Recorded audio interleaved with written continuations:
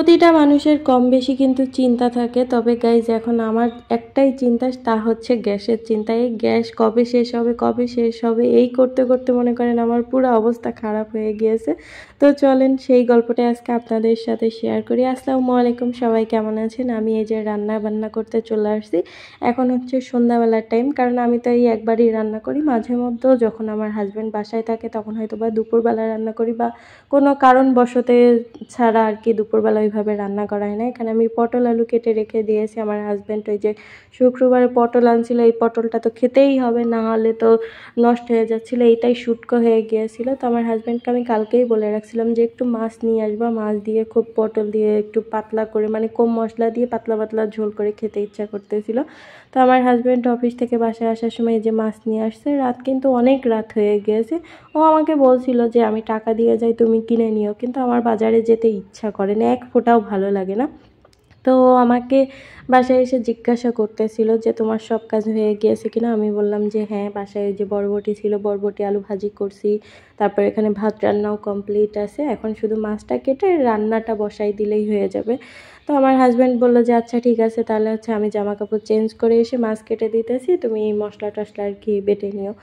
তো এই জন্য ও এখন এই যে জামা কাপড় চেঞ্জ করতে যাবে। আর আমার জন্য হচ্ছে একটা ব্রেড নিয়ে আসছিল, যেহেতু আমি সারাদিন কিছু ওইভাবে খাই না বলতে এটা ভুল কথা, আমি খাই যেমন সকালে তো ঘুমাই থাকি, মনে করেন দুপুরবেলা, সকালের বেলার আর দুপুরবেলার খাবার আমি একবারেই খেয়ে থাকি ওই দুপুরবেলার দিকে। তারপরে বাসায় বিস্কিট চানাচুর আছে, চিপস আছে, এইগুলোই আর কি খেয়েছিলাম। কিন্তু তারপরে ও বাসায় আসার সময় টুকিটাকি একটু খাবার নিয়ে আসে, যেহেতু আমি বাসায় একা থাকি। তো নিয়ে এসে আমাকে খাওয়ার কথা বলছিল, আমি বললাম যে না, এখন যদি খাই তখন আবার রান্না বান্না করে খেতে যে অসুবিধা হয়ে যাবে। আর এইদিকে আমি যে পটল রান্না করব, পটলের খোসাটা রেখে দিয়েছি, ভর্তা বানাবো এই জন্য। আর এখানে আমার হাজব্যান্ড মাছ কাটুক, আমি হচ্ছে এখন তাড়াতাড়ি করে হচ্ছে মশলাটা বেটে নেব। আর ইদানিং কি হয়েছে জানেন, রান্না বান্না করতে আসলে গ্যাসের মানে গ্যাস শেষ হয়ে যাবে কি না এই টেনশনে অবস্থা খারাপ হয়ে যায়।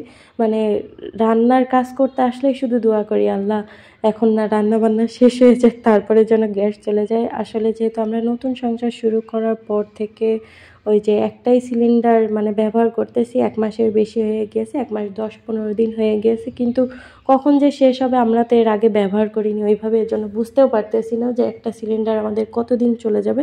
তো মনে করেন একটু টেনশনে থাকি। রান্না বান্না করতে আসলে আমি আর আমার হাজব্যান্ড তো সবসময় দোয়া করতেই থাকি যে আল্লাহ আল্লাহকে এর জন্য না শেষ হয়ে যায়।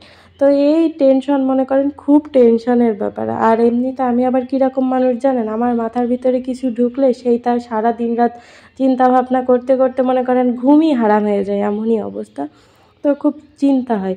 আর আমার হাজব্যান্ড তো বাসায় এসে জিজ্ঞাসা করে, মাঝে মাঝে ফোন দিয়েও জিজ্ঞাসা করে যে গ্যাস শেষ হয়েছে কিনা। আমি তো তাড়াতাড়ি করে চুপ করে রাখাই দিই, যেমন আজকে রান্না যখন করতেছিলাম তো হঠাৎ করে চুলা বন্ধ হয়ে গিয়েছে, আমি যেই ওকে ডাক দিয়েছি ও মনে করছে গ্যাস শেষ হয়ে গিয়েছে, বলতেছে গ্যাস শেষ হয়ে গিয়েছে। আমি তাড়াতাড়ি ওর মুখ চেপে ধরছি, বলছি যে বলো না, তাহলে গ্যাস শেষ হয়ে যেতে পারে আমাদের কথার জন্য। তাহলে চিন্তা করেন আমরা কতটা টেনশনে থাকি। তো যাই হোক, এখানে আছে পটল দিয়ে ইলিশ মাছ রান্না করছিলাম, এত মজার হয়েছিল। আমার হাজব্যান্ড যেহেতু 2টা মাছ নিয়ে আসছিল, আমি কি করছি এখানে 4 টুকরা মাছ দিয়ে এই যে পটল আলুর তরকারি রান্না করছি। আর বাদবাকি মাছ আমি হচ্ছে ভেজে রেখে দিয়েছি, কালকে কচু দিয়ে রান্না করব। আর মাছের লেজাগুলো ভেজে একটু কড়া করে নিয়ে আসি, এই যে এখন খাবো বরবটি ভাজির সাথে। একটু ঝাল পেঁয়াজ দিয়ে ভাজি করলে বেশ ভালোই হতো, কিন্তু দেখলাম যেহেতু বরবটি ভাজি করা আছে তো এটা দিয়েই আর কি খাই, না হলে আবার এই ঝাল পেঁয়াজ কাটা অনেক ঝামেলা। আর এমনিতেই অনেক রাত হয়ে গিয়েছে। আর এই রাত্রেবেলা দেরি করে খেতে যে এত বিচ্ছিরি লাগে, মানে খেতে ভালো লাগে কিন্তু খেয়েই যেহেতু শুয়ে পড়তে হয় তো খুব অসহ্য লাগে। আর চট্টগ্রামে যে মশারির বাইরেও তো আপনি থাকতে পারবেন না, আর খেয়ে দেখবেন যে সরাসরি ঘুমানোও যায় না, খুব খারাপ লাগে।